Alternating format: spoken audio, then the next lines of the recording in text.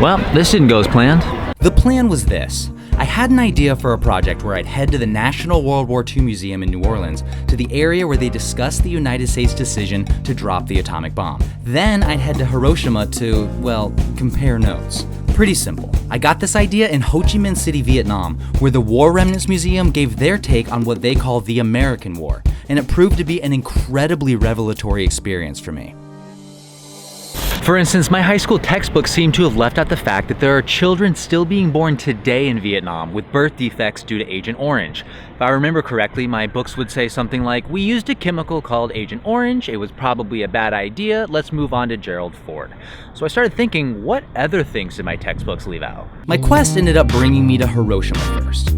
The first thing you notice is the city is gorgeous, and it's next to impossible to imagine it being the site of an atomic bombing, save for a few preserved buildings and monuments.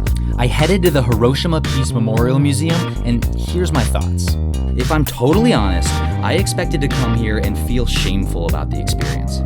I had always felt that this sort of devastating attack on civilians in the middle of a bustling downtown was something I, and frankly many others, had a little bit of trouble getting behind. But I know I never lived through the hardships of World War II, and I placed the bombing firmly in the pile of impossibly tough decisions I'm just glad I didn't have to make. But still, I expected to feel at least a little guilty, walking through these beautiful city streets that have seen so much. But that's the beautiful thing about this museum. It doesn't seem to dwell on whether or not we got it right. Instead, it just factually states that this was a tragic event, that thousands of lives were lost, and if we can at all bond together and make sure this doesn't happen again, we should.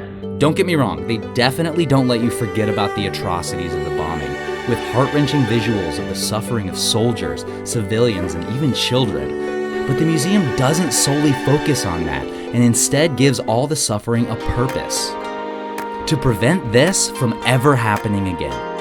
After all, it's not called the Hiroshima Nuclear Bombing Museum, it's called the Peace Memorial Museum.